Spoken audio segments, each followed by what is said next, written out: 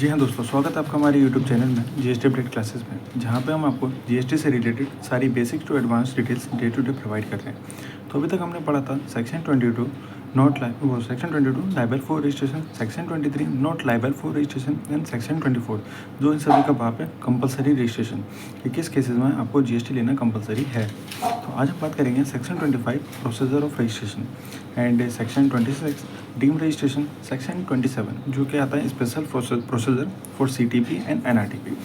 तो चलिए आज हम बात करेंगे सबसे पहले सेक्शन 25 के बारे में, प्रोसीजर फॉर रजिस्ट्रेशन। जीएसटी लेने के लिए क्या क्या प्रोसीजर होता है, क्या क्या इनके टाइम पीरियड्स होते हैं एंड कब आपको कौन सा फॉर्म फाइल करना होता है। तो प्रोसीजर फॉर रजिस्ट्रेशन आपके नॉर्मल उसमें 4 पॉइंट्स आते हैं नॉर्मल प्रोसीजर के अकॉर्डिंग। फर्स्ट पॉइंट आता है आपका टैक्सेबल पर्सन्स। अगर कोई भी पर्सन जीएसटी लेने के लिए टैक्सेबल होता है, उसका टर्नओवर एक्सीड करता है, जो थ्रेशोल्ड लिमिट से क्रॉस करता है, तो उस केसेस में वो पर्सन टैक्सेबल माना जाता है। तो उस केसेस में उसको नॉर्मल प्रोसीजर के थ्रू जीएसटी REG 01 फाइल करना होता है। सेकंड पर्सन से आता है आपके CTP, कैजुअल टैक्सेबल पर्सन। ये आपका सेक्शन 27 से लिंक करता है, बट इसमें इसके CTP को रजिस्ट्रेशन लेने के लिए आपको नॉर्मल प्रोसीजर के थ्रू ही आपको जाना होता है। तो इस केसेस में भी आपको जीएसटी REG 01 फाइल करना होता है। थर्ड होते हैं आपके CS, कंपोजिशन स्कीम। इस केसेस के अंदर जो सेलर होता है वो किसी बायर से जीएसटी चार्ज नहीं करता है। एज ए डिपार्टमेंट के थ्रू जो रेट फिक्स किया जाता है जीएसटी पे करने के लिए, वो उसको अपनी ही जेब से पे करना होता है। फोर्थ होता है आपका वॉलेंट्री बेसिस पे।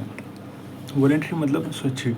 मान लीजिए कि अगर आप खुद अपनी इच्छा से जीएसटी लेना चाहते हैं, आप टैक्सेबल नहीं है बट आप अपनी इच्छा से जीएसटी लेना चाहते हैं, तो उस केसेस के अकॉर्डिंग भी आपको नॉर्मल प्रोसीजर के थ्रू ही जाना पड़ता है और वहाँ पे आपको जीएसटी REG 01 फाइल करके जीएसटी ऑप्ट करना होता है।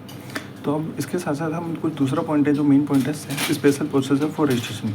इसमें कुछ पॉइंट्स आते हैं। तो इसमें आपका NRTP आता है, section 52 tax deduct at source, section 51 TCS tax collected at source and OIDIR online information database and access retrieval आता है, जो बाहर किसी अदर स्टेट्स में बैठ के इंडिया को सर्विस देते हैं, तो उसके थ्रू वहाँ पे उसको जीएसटी लेना मैंडेटरी होता है। और OIDIR और NRTP and TDS and TCS collector, इन लोगों को जीएसटी REG 09 फाइल करना होता है। तो चलिए बात करते हैं अब इनके कुछ प्रोसीजर्स के बारे में, कुछ स्टेप्स के बारे में। REG 01 फाइल करने के लिए आपको मेन चीज़ ये होता है कि उसके 2 पार्ट्स होते हैं, part A and part B।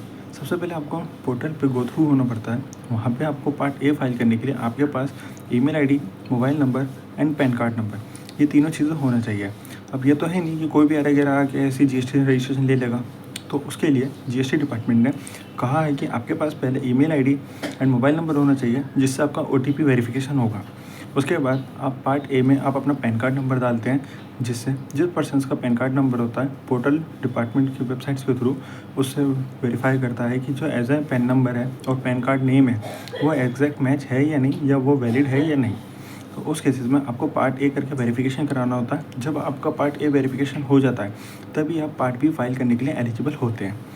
Part B में होता है क्या, पार्ट B में आपको अपने कुछ डॉक्यूमेंटेशन दोनों डिपार्टमेंट को देने पड़ते हैं, कि जो भी डिपार्टमेंट ने आपसे डिफरेंट डॉक्यूमेंट्स मांगे हैं, आपका आधार नंबर, आपका पैन कार्ड नंबर, आपका फ़ोन नंबर, आपका ईमेल ID, आपका इलेक्ट्रिसिटी बिल, रेंट एग्रीमेंट, ये सारी चीज़ें जो होती हैं आपको डिपार्टमेंट्स के लिए पार्ट B में अपलोड करनी होती है। वहाँ पे इनकी डिटेल फाइल करनी होती है। अब उस केसेस में आप जब अपना ये अपलोड कर देते हैं पार्ट A और पार्ट B जब फाइल कर देते हैं, तब डिपार्टमेंट्स के थ्रू आपको GST REG 02 में ARN नंबर मिलता है, जो होता है एप्लीकेशन रेफरेंस नंबर। जब आप पार्ट A फाइल करते हैं तब आपको TRN मिलता है, टेम्प्रेरी रेफरेंस नंबर, ताकि आप पार्ट B जब डिटेल्स डालेंगे तो आप TRN के थ्रू अपनी डिटेल्स डालते हैं, और जब आपकी REG 01 सबमिट हो जाती है तब डिपार्टमेंट्स के थ्रू आपको REG 02 दिया जाता है, जिसे हम एक्नॉलेजमेंट भी बोलते हैं। तो चलिए बात करते हैं, जब आपका पार्ट A पार्ट B हो जाता है, REG 01 हो जाता है, REG 02 हो जाता है, तो जो बाकी के प्रोसीजर्स के जो फॉर्म रहते हैं REG 03, REG 04, REG 05 और REG 06, इनका क्या पॉइंट्स होता है, क्या मतलब होता है। अगर डिपार्टमेंट आपकी एप्लीकेशन को, जिस दिन आपने एप्लीकेशन सबमिट किया उसके 3 दिन के अंदर आपके डॉक्यूमेंट्स वेरीफाई कर लेता है और जो ऑफिसर्स होता है वो सेटिस्फाइड होता है, तो वो आपको 3 दिन के अंदर सर्टिफिकेट ऑफ रजिस्ट्रेशन आपको प्रोवाइड कर देता है, जिसे हम GST REG 06 बोलते हैं। बट उसी केस में अगर कोई ऑफिसर्स को डाउट रहता है कि आपने डॉक्यूमेंट्स सेटिस्फैक्ट्री नहीं दिए हैं, तो उस केसेस के अंदर वो 3 दिन के अंदर आपको एक क्वेरी रेज करते हैं, जिसे वो GST REG 03 में भेजते हैं। तो उसके बाद जब आपके पास वो नोटिस आता है तब आपको उसको 7 दिन के अंदर उसको वो डॉक्यूमेंट्स प्रोवाइड करने होते हैं, एडिशनल डॉक्यूमेंट्स, जिसे आप GST REG 04 के अंदर प्रोवाइड करते हैं। तो इसके अंदर अब या तो ये होगा कि जो आपने डॉक्यूमेंट्स प्रोवाइड कर दिए 7 दिन के अंदर, तो जो ऑफिसर्स हैं वो उसको मैं चेक करेगा। चेक करने के बाद अगर वो कन्फर्मेशन सेटिस्फाइड होता है तो वो GST REG 06 में आपको सर्टिफिकेट देगा। बट अगर वो सेटिस्फाइड नहीं होता है तब उस केसेस में वो आपकी जो एप्लीकेशन है उसे रिजेक्ट कर देता है, जिसको हम बोलते हैं GST REG 05। तो ये कुछ 6 फॉर्म्स हमने देखे हैं, तो इसको एक बार हम रिवाइज़ कर लेते हैं। GST REG 01 में आप पार्ट ए पार्ट बी करके अपनी एप्लीकेशन सबमिट करते हो। REG 02 में GST डिपार्टमेंट आपको एक्नॉलेजमेंट देता है, जिसके अंदर आपका ARN रजिस्टर्ड होता है। REG 03 के अंदर डिपार्टमेंट जो है आपको क्वेरी भेजता है, जिसको आपको 3 दिन वो डिपार्टमेंट आपको एप्लीकेशन से लेकर 3 दिन के अंदर आपको या तो क्वेरी भेजेगा REG 03 में, या वो आपको सर्टिफिकेट इशू कर देता है REG 06 में। और उसी केसेस में अगर कोई आपके पास क्वेरी आती है तो आप उसका जो रिप्लाई देते हैं वो REG 04 के अंदर देते हैं। बट डिपार्टमेंट अगर सेटिस्फैक्ट्री नहीं होता है तो REG 05 के अकॉर्डिंग आपका जो GST नंबर है, जो एप्लीकेशन है, वो रिजेक्ट कर देता है। तो ये फॉर्म्स के बारे में तो हमने बात की। अब हम बात करेंगे जो हमने स्पेशल प्रोसीजर्स पढ़ा था NRTP के बारे में और OIDAR के बारे में।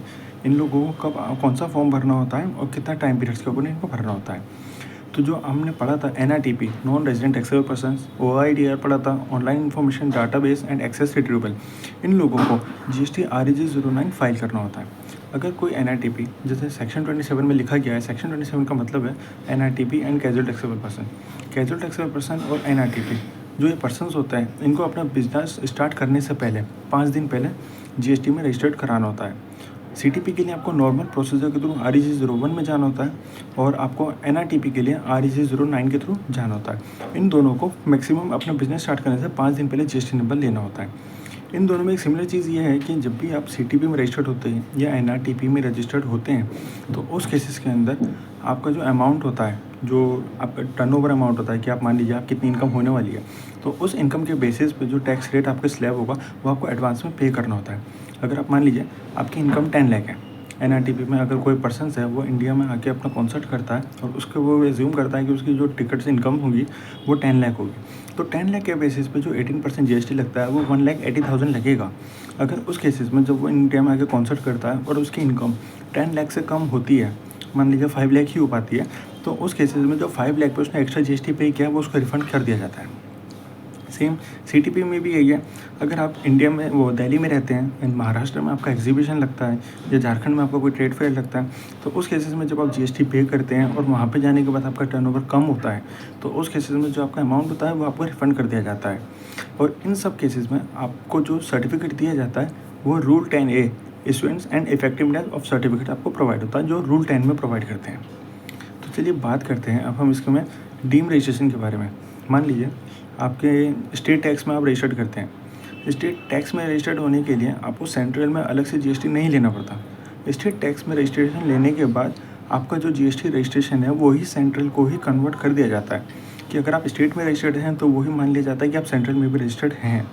और अगर आपने GST लिया है तो मानते हैं उस चीज़ को कि क्या कहते हैं, स्टेट में आपने रजिस्टर्ड लिया वही सेंट्रल में रजिस्टर्ड है, वही आपका IGST में रजिस्टर्ड होता है।